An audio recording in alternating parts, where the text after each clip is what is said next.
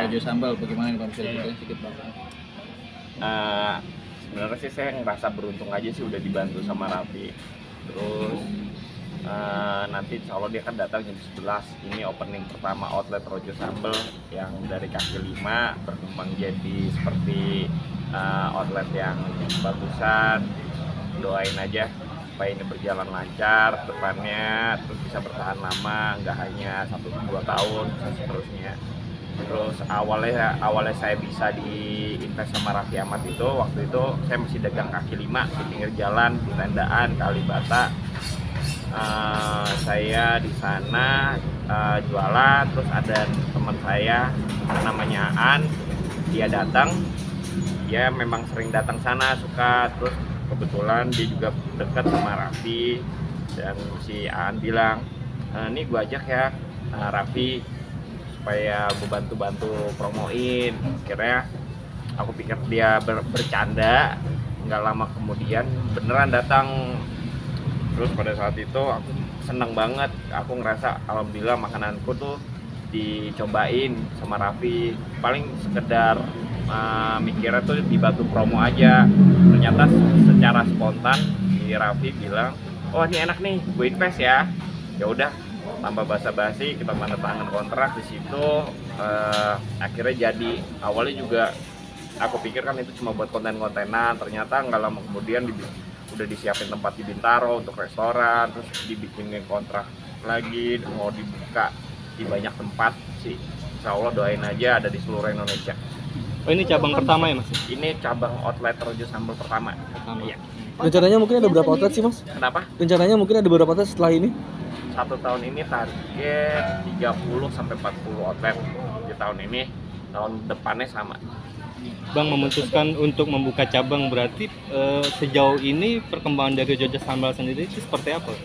Sejauh ini hingga akhirnya membuka cabang di sini. Iya, kalau sekarang sih tim udah solid, udah ada. Aku kan bukan aku sendiri ya, aku dibantuin sama manajemen Raffi Ahmad supaya berkembang, bisnisnya cepat berkembang. Kalau aku sendiri aku nggak sanggup, karena aku masih basic banget di F&B, biarpun aku udah 10 tahun di F&B, cuma untuk ngelola berkembang yang lebih luas itu masih perlu ada bimbingan.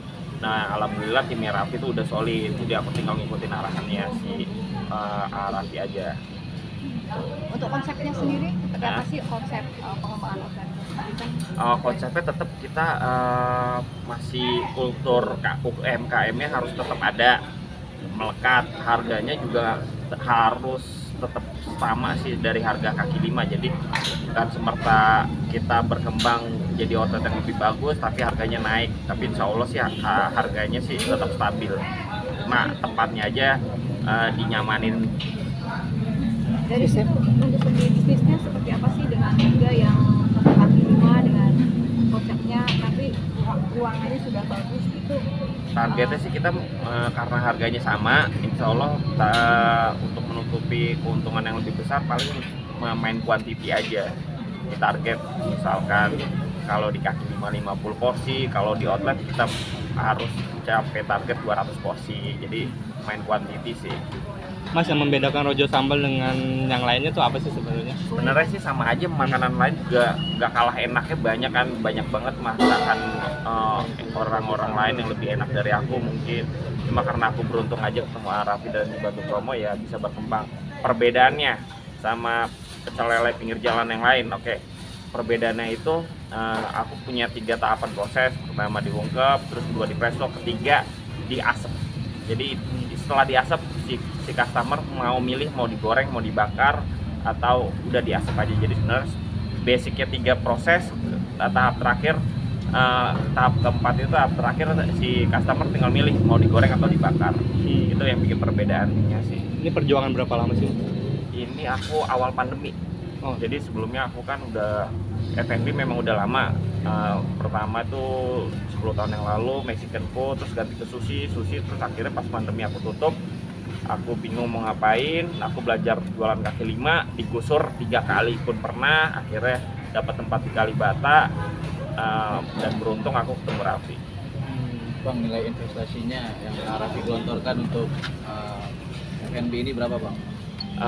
kita beda-beda, kita nggak bisa patokin. Itu pun aku belum tahu nilai investasi fixnya, karena yang tadi aku bilang timnya manajemen perhitungan investasi itu bukan aku, ada lagi timnya Arafi. Karena setiap tempat kan pasti beda-beda, sewa lahannya berapa, terus luas lahannya berapa, jadi nggak bisa dipastiin harus habis berapa sih. Kalau Sistem kisarannya kerjasamanya gimana mas? Aku juga kurang jelas ya. Maksudnya aku, setahu aku sih paling ya perhitungan aja biaya bahan baku.